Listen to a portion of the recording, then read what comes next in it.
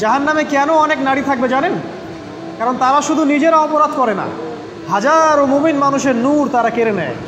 That is Y তারা জাহান্নামে বেশি থাকে। আরেকটা মেজর কারণ হচ্ছে তাদের উদ্ধত মাথা।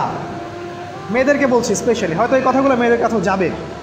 তাদের এই উদ্ধত মাথা আল্লাহর বিধানের সামনে আত্মসমর্পণ করতে চায় না। তাদের এই উদ্ধত মাথাটা আল্লাহর বিধানের সামনে আত্মসমর্পণ করতে চায় না, এ কারণে তারা জাহান্নামে বেশি থাকবে। যে কোনো বিধান আল্লাহ তাদের সামনে বলেন, সব মেয়ের কথা বলছি না, ম্যাক্সিমাম বিভিন্ন যুক্তি তারা দিবে। সামি'না ওয়া আতা'না এই পর্যায়ের না, যুক্তি দিবে। পর্দা করলে কি এখন কেমন করে চাকরি করব, পর্দা করলে কেমন করে পড়াশোনা করা যায়, এখন তো যাইতেই হচ্ছে, কিছু তো করার নাই, বিভিন্ন যুক্তি, হাজারটা যুক্তি তারা দিবে। কে জানি তাদের ব্রেইনটাকে পুরো ওয়াশ করে ফেলছে।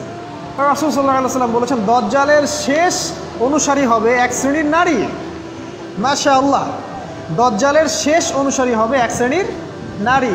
তাদেরকে ঘরে ইসলামিক অনুশাসনে রাখার জন্যে বাবা, ভাই, স্বামী শিকল দিয়ে বেঁধে রাখবে, তারপরেও তারা শিকল ছেড়ে বের হয়ে যাবে, আটকাতে পারবেন না, because of their mind is brain washed.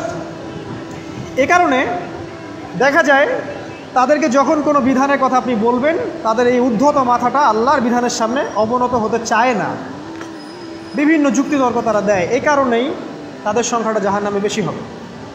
আরও কারণ আছে, রাসূল বলেছেন সারা জীবন তাদের জন্য করবেন।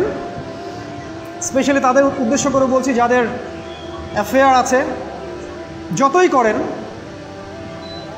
যত কিছুই করেন না কেন, আপনি যদি তাকে ভোগবিলাস এবং পার্থিব সুখ শান্তি দিতে না পারেন, সে আপনাকে চিনবে না এক সময়।